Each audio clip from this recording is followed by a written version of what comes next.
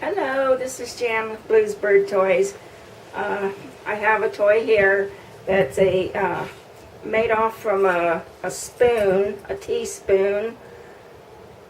It has a little ring around it with a couple of beads on it that can move about. And it has a couple beads back here with a plastic bead, with a tube, some washers, and a bead at the bottom. And also on the front side of the spoon it has about the same thing, but with a different color bead. So this here is called Hang Tough. I will also have a tablespoon size version of this, or similar to this.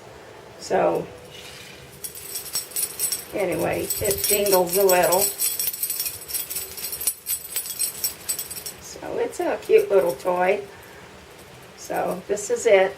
Thank you.